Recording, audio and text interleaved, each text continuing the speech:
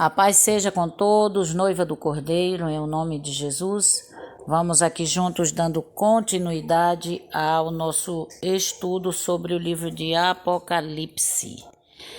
Continuando aqui no capítulo 2, nos versículos 12, nós vamos ler o seguinte: E ao anjo da igreja que está em Pérgamo escreve: Isto diz aquele que tem a espada aguda de 2 fios. O nome Pérgamo significa casamento, representando o casamento da igreja com o mundo e a intromissão do poder secular de Roma e Constantinopla nos assuntos da igreja. É a igreja mundana. Quem se interessar, estude sobre Constantino e o que ele fez aos cristãos, introduzindo então a idolatria dentro do meio cristão. Refere-se à representação da igreja que vai do ano 323 a 600 depois de Cristo, após a vitória do imperador Constantino na Batalha de Adrianópla. O cristianismo passou a ser incentivado e depois foi declarado religião oficial do Império Romano. Você pode ler isso daí na história geral, viu? Na história mesmo geral do mundo, não somente das coisas da Bíblia. É a cidade onde se inventou o pergaminho. E aí o versículo 13 continua dizendo: Eu sei as tuas obras e onde habitas, onde está o trono de Satanás. Fala do trono que será dado a Satanás, conforme Apocalipse 13, 2. E retens o meu nome, e não negastes a minha fé, ainda nos dias de Antipas, que foi um bispo, discípulo de João, que morreu martirizado sob Nero, em 64 depois de Cristo, por volta de 64 depois de Cristo. Minha fiel testemunha, o qual foi morto entre vocês, onde Satanás habita. Versículo 14. Mas umas poucas coisas tenho contra ti, porque tens lá os que seguem a doutrina de Balaão, o qual ensinava Balaque. Aí você vai lá em Números, capítulo 25, dos versículos 1 até o 3, que fala da contaminação, fazendo com que a igreja se detivesse, não progredisse, não prosperasse. Que ensinava Balaque a lançar tropeços diante dos filhos de Israel, para que comessem dos sacrifícios da idolatria e se prostituíssem. Versículo 15. Assim tens também os que seguem a doutrina dos nicolaítas, mesma referência da carta lá de Éfeso, a qual eu também aborreço. Arrepende-te, pois, quando não, em breve virei a ti e contra eles batalharei com a espada da minha boca. Jesus sempre cita as Escrituras e ele sempre vence pelas Escrituras. Irmãos, é importante, a espada da minha boca. Quando a Bíblia fala em espada, está falando da Bíblia. Versículo 16. Quem tem ouvidos, ouça o que o Espírito diz às igrejas. Ao que vencer, darei eu a comer do maná escondido e dar-lhe-ei uma pedra branca. Essa pedra branca, a referência aqui não é muito precisa, mas pode se referir a uma prática comum em julgamentos, em jogos públicos, em decisões administrativas das cidades, como em Atenas, na Grécia, e também a possível prática entre militares que eram convocados para a guerra. Então, eles recebiam, quando venciam, era um tipo de medalha. Então, era um ritual de medalha. Eles recebiam a medalha, que era uma pedrinha branca, com o nome deles escrito, e o que ele fez. E aí muitos usavam como pulseira, outros usavam como colar, outros guardavam em suas casas aquela medalha. Era um tipo de uma medalha, que usavam essa referência de pedra branca. É isso aí. Então, tipo assim, ganhou as Olimpíadas, então ganhava uma pedrinha branca como medalha de ouro nas Olimpíadas. Venceu a guerra. Você participou da guerra em que guerra? Na guerra fulana de tal. Então, o Senhor aqui, ele faz uma referência a um costume daquela época, né? É uma forma de homenagem daquela época. E ele diz assim, no versículo 16: quem tem ouvidos, ouça o que o Espírito diz às igrejas.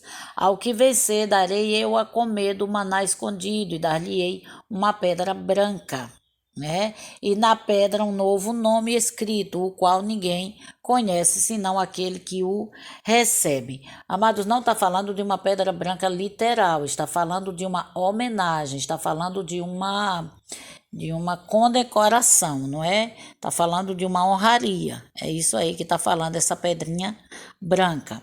Amados, nesse vídeo aqui que estamos falando sobre Pérgamo, né, que é a terceira carta que foi escrita à igreja que está em Pérgamo, o significado desse nome é casamento. Nesse período, quando Constantino, entre aspas, libertou o povo, né, tirou o povo da adoração escondida, fez um grande templo para o povo e colocou o povo com liberdade, entre aspas, para adorar. Mas ele não era cristão, ele não servia a Deus, ele não temia a Deus. Ele o fez porque vou me atrever a dizer assim, uma atitude política. Ele quis introduzir aquela grande população que era de cristãos no meio dele, para também apoiá-lo em todas as coisas que ele fazia, porque ele era tão cheio de si que até construiu uma cidade e um império, né, em uma cidade chamada Constantinópolis, que é a dele, né, a cidade dele para ele, enfim. Assim, os crentes de Pérgamo, os crentes que têm características de Pérgamo, são os crentes mundanos, que mistura tudo. Mistura a igreja com política, mistura a igreja com prostituição, mistura a igreja com mentira, mistura a igreja com tudo. Essa igreja aborrece muito ao Senhor. E dentro dela existem várias doutrinas, uma delas é a de Balaão. A doutrina de Balaão é como ensinar a botar tropeço na vida dos outros e viver do lucro, né? Então, visando o lucro, independente se vai profanar as escrituras, ensinar as escrituras erradas, porque deixa eu dizer, e eu digo sem o menor medo, ensinar as escrituras verdadeiramente não enche igreja. O que enche igreja é prometer coisa que muitas vezes não vai acontecer.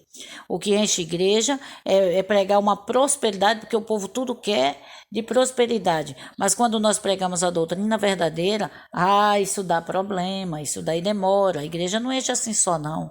Não é porque as pessoas elas querem viver como Balaão, na facilidade do lucro, né? Na facilidade da recompensa. E também citando a doutrina dos nicolaítas, que o Senhor tinha contra Pérgamo também. Disse, vocês tanto têm a doutrina de Balaão como a dos nicolaítas. Eu aborreço essa Jair. Por quê? Porque eles introduzem prostituição. Meus amados, quantos nós não vemos? Igrejas prostituídas, igrejas que encobrem a prostituição, que encobrem o mal, tanto na prostituição humana, como também prostituem a própria palavra, prostituem a própria identidade da igreja e por aí vai. Infelizmente, é um dado que tem crescido alarmosamente. Muito das características da igreja de Pérgamo, nós vemos ela hoje, nos dias atuais. É um casamento do mundo com a igreja. E Cristo não está nisso, Cristo aborrece. Ele diz, se tu vencer isso, se tu lutar isso, você vai ser condecorado, você vai receber uma pedrinha branca, o seu nome vai ser evidenciado no céu. Por quê? Porque é muito complicado quando esse casamento acontece. Gera crentes doentes, crentes problemáticos, crentes gananciosos, crentes sem visão espiritual, mas se dizem crentes. Os que estavam agora adorando a Deus na igreja de Constantino, estavam adorando mais a Constantino do que a Cristo. Por quê? Porque o Constantino, ele fez a igreja e, entre aspas, libertou o povo para adoração. Disse: agora ninguém vai mais perseguir vocês, ninguém vai mais proibir vocês de adorar. Vocês entrem aqui, a igreja que eu construí está aqui para vocês adorarem o Deus de vocês. Só vou pedir uma coisa: coloca uma estátua minha aqui, que é para vocês lembrarem que fui eu quem fiz isso. Então já colocou ali a idolatria de ter referência para outro tipo de adoração. Amados, tenhamos cuidado. A sua adoração tem sido genuína? A sua adoração tem sido direta para o céu, para Deus? Ou você tem colocado ídolos na sua vida? Talvez seja aquele cantor que você idolatra. Talvez seja aquela pessoa que você idolatra. Talvez seja aquele líder que você idolatra. Não faça isso. Ame ao Senhor. Leia as Escrituras e não aceite as ofertas que vêm para que você manche o nome do Senhor Jesus. Manche o nome da igreja, da noiva pura e imaculada do Senhor. Balaão, o mundo continua oferecendo as coisas para Balaão, mas o crente verdadeiro jamais vai ceder à doutrina de Balaão. Vai dizer que o povo de Deus não é povo de Deus.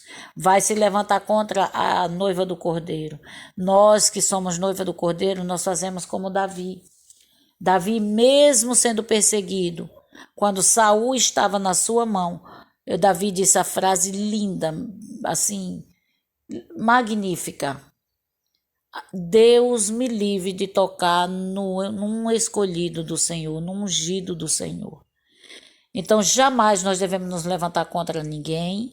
Cada um faça o que tem que fazer. E você e eu lutemos as nossas lutas e vençamos, porque somos individualmente igreja do Senhor, individualmente noiva do Senhor, mas coletivamente também noiva e igreja do Senhor. É um lutando as suas lutas particulares junto com a igreja todinha, lutando a luta da própria igreja. Sejamos então, amados, como aqueles que vão receber a pedrinha branca, a condecoração, em o nome precioso de Jesus. Essa é a igreja de Pérgamo. Ela existiu realmente, é somente ler no contexto histórico sobre os imperadores, Constantino principalmente. Esse período se refere à história no ano de 323 até o ano 600 depois de Cristo.